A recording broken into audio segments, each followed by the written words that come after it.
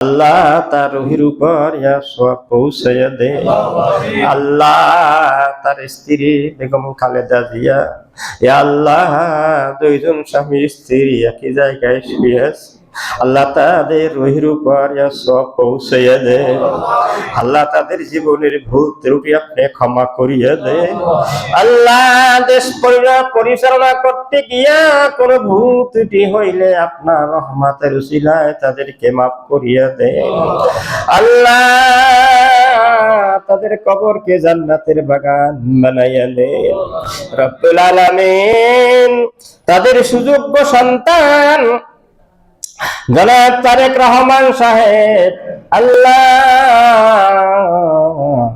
ভোটের মাধ্যমে বিপুল ভোটে জয়লাভ করিয়া আল্লাহ তিনি একজন প্রধানমন্ত্রী হিসাবে গণ্য হতে যাচ্ছে।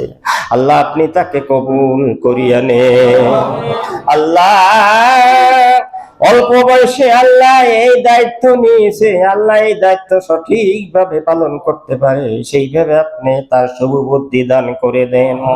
আল্লাহ তাকে আপনি নেক হায়াত দান করে দেন। আল্লাহ তারেক রহমান সাহেবকে সুস্বাস্থ্য দান করে দেন।